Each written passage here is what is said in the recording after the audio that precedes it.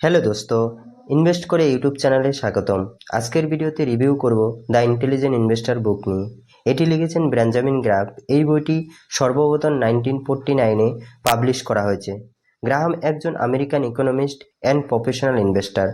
গ্রাহামকে বলা হয় ওয়ার্ল্ডের ফার্স্ট ভ্যালু ইনভেস্টর। আপনি কি জানেন বইটি কোন টপিকের উপরে লেখা হয়েছে? হ্যাঁ, তবে আজকে এই ভিডিওতে আমি আলোচনা করব। বইটি মূলত স্টক মার্কেটের উপরে লেখা হয়েছে। ওয়ারেন বাফেট একজন ফেমাস ভ্যালু ইনভেস্টর। ইনভেস্টিং শেখানোর জন্য গ্রাহামকে ওয়ারেন বাফেট গুরু মানে। বাফেট তার পিতার পরে গ্রাহামকে একজন প্রভাবশালী ব্যক্তি হিসাবে মানে।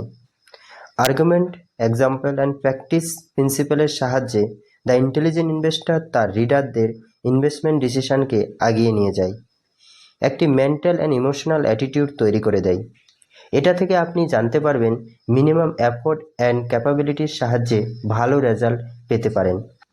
আপনারা এখনও আমার চ্যানেলটি সাবস্ক্রাইব করেননি, তাহলে তাড়াতাড়ি সাবস্ক্রাইব করুন, কারণ পরে ভিডিওটি হারিয়ে যাবে। লাইক কমেন্ট করুন। দ্য ইন্টেলিজেন্ট ইনভেস্টরের মেন অবজেক্ট হলো একজন সাধারণ মানুষকে ভালো পলিসি ও ইনফরমেশনের সাহায্যে একজন সাকসেসফুল ইনভেস্টর বানানো। যে লোক ইন্টারটেডিং করে তাদের জন্য এই বইটি নয়। এই বইটি অবজেক্টিভ হলো আপনি কিভাবে বিট করবেন মার্কেটে। এই বইটি তাদেরকে হেল্প করবে যে শুরুতে স্টক মার্কেটের সম্পর্কে জানতে চায়। এই বইটিকে 3টি পার্টে ডিভাইড করা হয়েছে।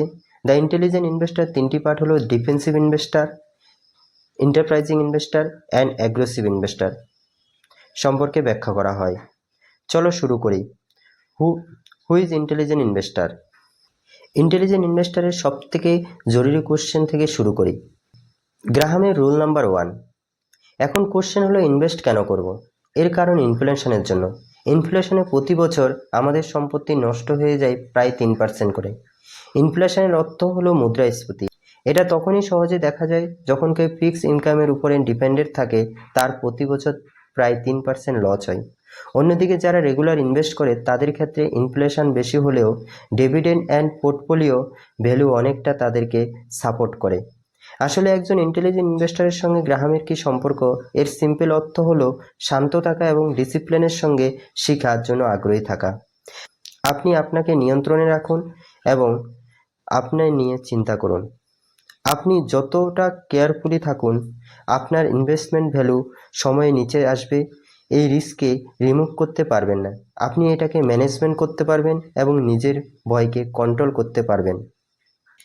অন্য শব্দে, একজন ইনভেস্টরের বড় প্রবলেম এবং শত্রু নিজেই হয়। এই জন্য আপনার 3টি জিনিসের উপরে জোর দিতে হবে। কিভাবে আনরিকভারেবল লস কম করবেন, নিজের বিহেভিয়ার কিভাবে কন্ট্রোল করবেন। ইনভেস্টরকে তার ফুল ক্ষমতায় পৌঁছাতে দেয় না। একজন ইন্টেলিজেন্ট ইনভেস্টরের প্রথম প্রিন্সিপাল শিখতে হবে, স্টক প্রাইস বাড়লে রিস্ক বাড়ে, স্টক প্রাইস কমলে রিস্ক কমে। একজন ইন্টেলিজেন্ট ইনভেস্টর মার্কেটে যেতে ভয় পায়, কারণ স্টক প্রাইস বাড়লে স্টক বাই করা মুশকিল হয়ে যায়। মার্কেট যখন নিচে আসে তখন তাকে ওয়েলকাম জানাতে হয়। এর থেকে স্টক প্রাইস বাড়তে থাকে। এখানে গ্রাহামের margin of safety concept help করে। একজন ইন্টেলিজেন্ট ইনভেস্টর মার্কেটে বেশি টাকা ঢালে না, ওয়েলথ শেষ হয়ে যাওয়ার রিস্ক কম করে। এটা নোটিস করা গুরুত্বপূর্ণ গ্রাহাম ইনভেস্টরের জন্য। গ্রাহাম এখানে স্পেকুলেটর শব্দটি ব্যবহার করে। যে ইনভেস্ট করে সে নিজের জন্য আর্ন করে, যে স্পেকুলেটর বা জুয়া খেলে সে ব্রোকারের জন্য আর্ন করে। ইনভেস্টমেন্ট এমন একটি কাজ যেটি সেফটির সঙ্গে ভালো রিটার্ন দেয়। যে কাজ প্রয়োজনীয় ইচ্ছা পূরণ করে না তাকে আমরা জুয়া বলি বা স্পেকুলেটিভ বলি। সেকেন্ড টাইপ ইনভেস্টর নিয়ে কথা বলি। ডিফেন্সিভ ইনভেস্টর, তাকে অ্যাগ্রেসিভ ইনভেস্টরও বলা হয়।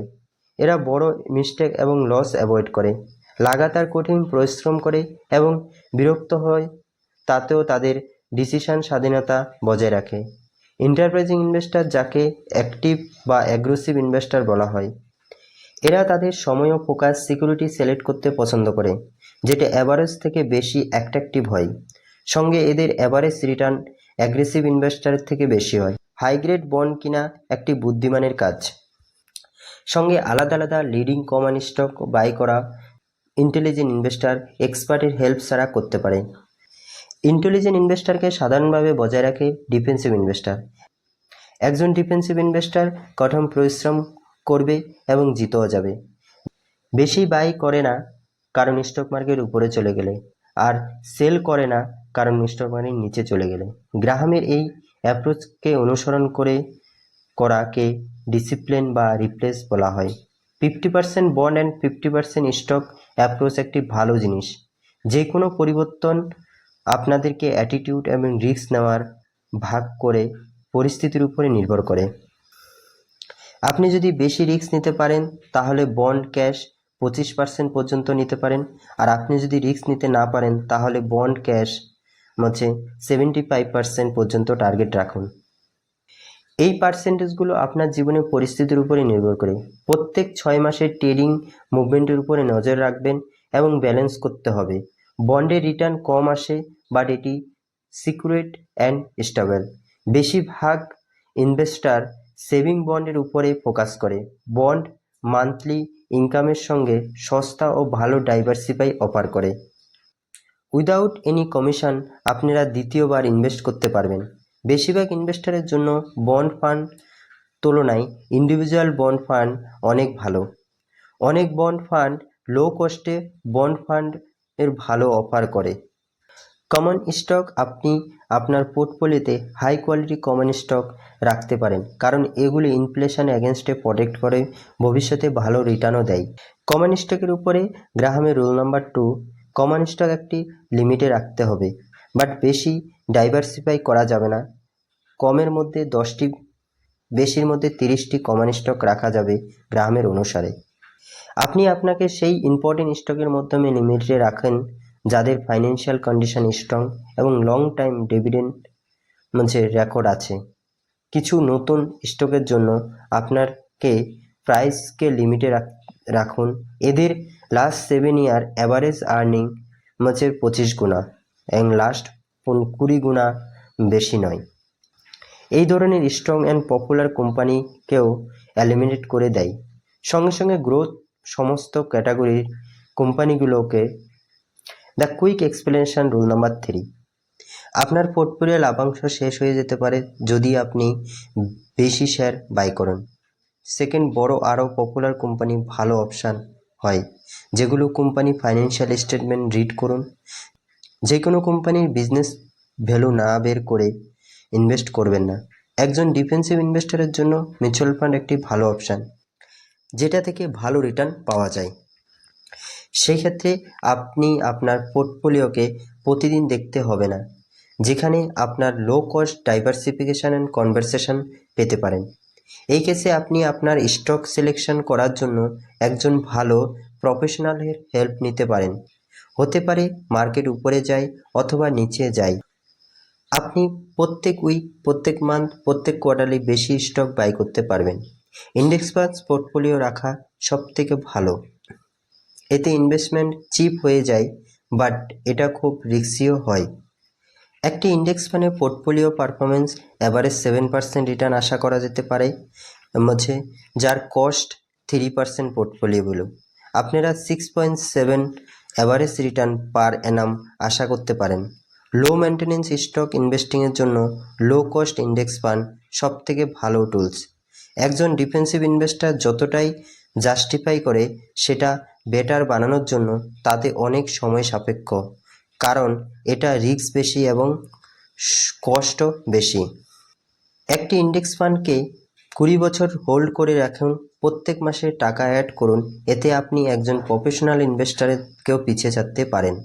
গ্রাহাম এবং বাফেট দুজনেই ইন্ডেক্স ফান্ডের তারিফ করেছে।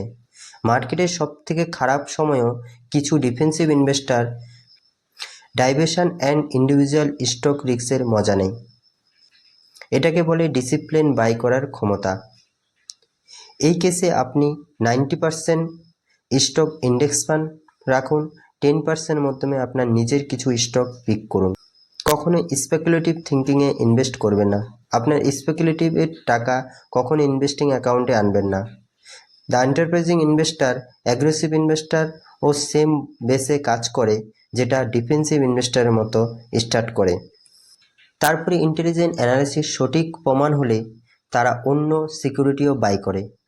মনে রাখবেন, আপনি যদি ইনভেস্টিং প্রোগ্রামে যদি এক্সট্রা নলেজ ও চালাকি কাজে লাগান তাহলে ভালো রেজাল্টের জায়গায় আরও খারাপ করে বসবেন। গ্রাহাম এখানে কিছু কথা বলেছে যেটা অ্যাগ্রেসিভ ইনভেস্টরকে করা উচিত নয়। বেশি প্রফিট বন্ড ও ফরেন বন্ড যদি আপনার বেশি রিস্ক দিতে পারে তাহলে এই আরও বেশি অ্যাপ্রোচিং লাগবে।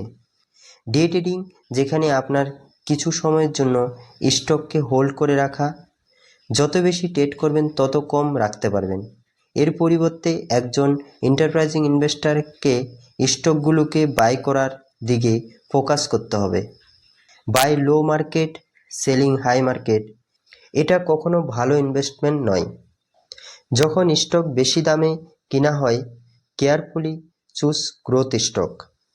স্টক গ্রোথ যখন দেয় তখন সব কিছু ঠিকঠাক যাচ্ছে, বাট সব কিছু গড়বড় আছে, যেখানে various bargaining issue, temporary unpopularity create wealth, যখন আপনি একটি ভালো কোম্পানি ভালো দামে বাই করতে পারবেন। কিছু ইনভেস্টার নিজের স্টক সিলেক্ট করার জন্য এক্সপার্ট হতে পারে, বাকি সবাইকে হেল্প নেওয়া উচিত। স্পেশালি ইন্ডেক্স ফান্ড আপনি যদি নেন, গ্রাহামের ফার্স্ট ইনভেস্টরকে প্র্যাকটিস করার অ্যাডভাইস দিয়েছেন। স্টার্টিংয়ে 1 বছর স্টক ট্র্যাকিং পিকিং করে সময় স্পেন্ড করুন, তবে আসল টাকা দিয়ে নয়। নিজের মতো করে টেস্ট ড্রাইভিং করুন রিয়াল মানি লাগানোর আগে। লস ছাড়াও মিস্টেক করতে পারেন। একটি ডিসিপ্লিন বানান এবং বেশি ট্রেড অ্যাভয়েড করুন। আপনার প্রক্রিয়াগুলো লিডিং মানি ম্যানেজমেন্টের সঙ্গে কম্পেয়ার করুন আর লার্ন করুন আপনি কি কাজ করছেন। আপনি যদি এক্সপেরিমেন্টকে এনজয় না করেন, আপনার পছন্দের অপশান বেকার, তাও কোনো লস নেই। নিজের জন্য একটি ইন্ডেক্স ফান্ড নাও, আপনার সময় স্টক পিকিং করার ক্ষেত্রে নষ্ট না করে। যদি আপনি এক্সপেরিমেন্টে মজা নিচ্ছেন এবং ভালো রিটার্ন আর্ন করছেন, ধীরে ধীরে স্টকের একটি বাস্কেট বানিয়েছেন, কিন্তু এটা আপনার পোর্টফোলিওর 10% মাধ্যমে সীমাবদ্ধ রাখুন, বাকিটা ইন্ডেক্স ফান্ডে রাখুন। মনে রাখবেন, যদি ইন্টারেস্ট না আসে, খারাপ রিটার্ন আসে, তাহলে স্টপ করুন। একজন অ্যাগ্রেসিভ ইনভেস্টর হওয়ার last option and ultimate financial risk, এটা ডিপেন্ড করে না আপনার ইনভেস্টমেন্ট কেমন, তবে এটা উপরে নির্ভর করে আপনি কোন টাইপের ইনভেস্টর। রিস্ক আপনার নিজের মধ্যে। আপনি যদি রিস্ক জানতে চান, তাহলে নিজেকে আয়নার মধ্যে দেখুন। সেটাই রিস্ক যেটা আপনি নিজেকে আয়নার মধ্যে দেখছেন। সাকসেসফুল ইনভেস্টর হলে রিস্ক ম্যানেজমেন্ট করা নাকি অ্যাভয়েড করা। তবে দোস্ত, আমরা ইনফ্লেশনের কারণেই ইনভেস্ট করি, তবে ইনফ্লেশন আমাদের টাকা শেষ করে দিয়ে যাচ্ছে। একজন ইন্টেলিজেন্ট ইনভেস্টর ডিসিপ্লিন আর লার্নের জন্য রেডি থাকে, নিজের ইমোশনালকে কন্ট্রোল করে আর নিজের ফিয়ার এবং রিস্ক ম্যানেজমেন্ট করে। যখন স্টক প্রাইস বাড়ে তখন বেশি রিস্ক হয়ে যায়, আর কম রিস্ক হয় যখন স্টক প্রাইস কমে।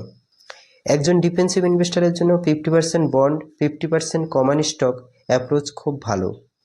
একটি ইন্ডেক্স ফান্ডকে 20 বছর ধরে হোল্ড করে রাখুন, প্রত্যেক মাসে টাকা অ্যাড করুন, আপনি ভালো পারফরমেন্স করতে পারবেন।